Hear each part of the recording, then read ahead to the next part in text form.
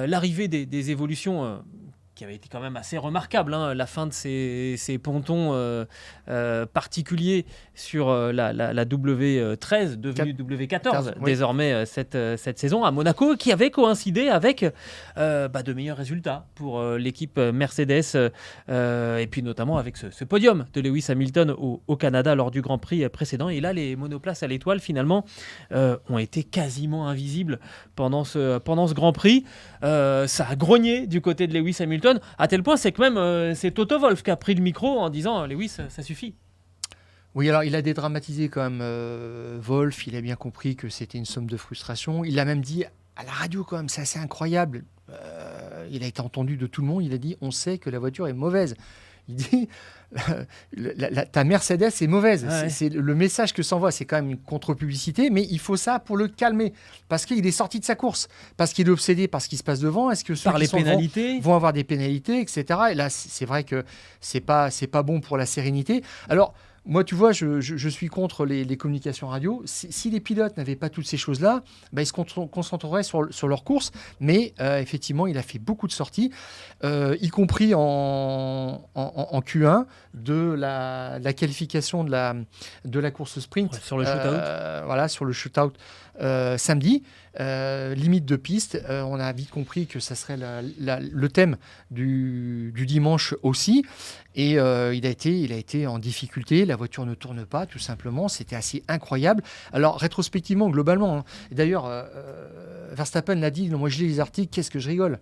Les trois principales écuries concurrentes de Red Bull avaient clamé ces dernières semaines qu'elles allaient rattraper, combler l'écart avec l'écurie autrichienne. C'est pas du tout le cas. Et Mercedes était persuadé qu'il serait beaucoup mieux à Spielberg qu'il ne l'avait été au Canada, et ce qui avait déjà été un Grand Prix remarquable. Exactement. Alors c'est vraiment finalement peut-être l'information la plus importante de ce week-end en Autriche. C'est pas tant les difficultés de Mercedes, c'est la déclaration de Toto Wolff. On ne s'attendait pas à être aussi lent. Autrement dit, la voiture avait progressé. On nous avait dit notamment qu'elle devenait beaucoup plus prévisible pour les pilotes et aussi pour l'ingénierie autour. Et bien là, on est reparti dans un de ces énormes défauts qu'avait sa devancière, c'est-à-dire de ne pas savoir du tout à quoi s'attendre.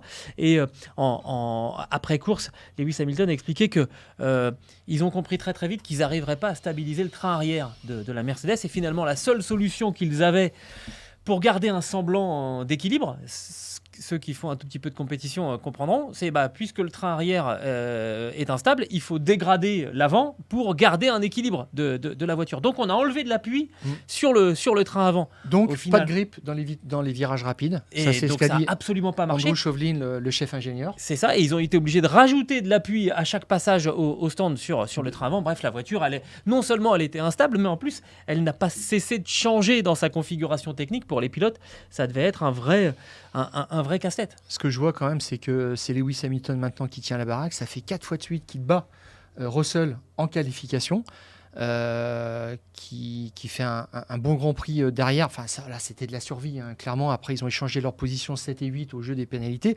Mais il est là, et je dirais heureusement qu'il est là, parce que du côté des ingénieurs, on a dit que Russell n'était pas du tout à l'aise avec la voiture, qu'il ne la sentait pas, qu'il ne pouvait pas attaquer. C'est un vrai problème. Il le vit moins bien que Lewis, où il s'en accommode moins bien que Lewis Hamilton de cette voiture. Mais il faut se souvenir aussi comment ça s'est terminé pour George Russell au Canada. Hein. Ça s'est terminé avec fracas dans un mur, donc forcément vous n'êtes pas en confiance et vous vous retrouvez avec une voiture qui d'un seul coup redevient illisible.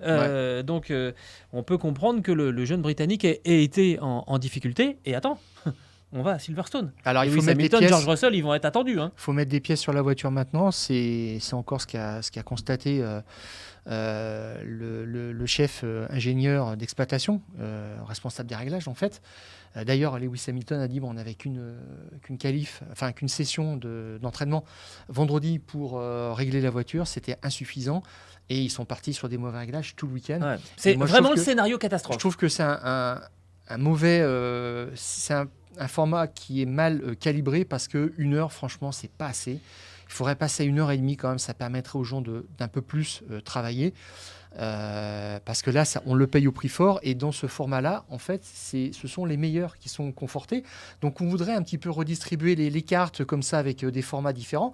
Et puis qu'est-ce qu'on fait? C'est qu'on avantage les meilleurs. Alors on est dans une méritocratie, mais on voudrait du suspense. Il y en a encore moins, et ceux qui pourraient se rapprocher, en fait, s'éloignent. Ils se prennent les pieds dans le tapis, là, en l'occurrence. Ouais. Bon, voilà, donc c'est tout.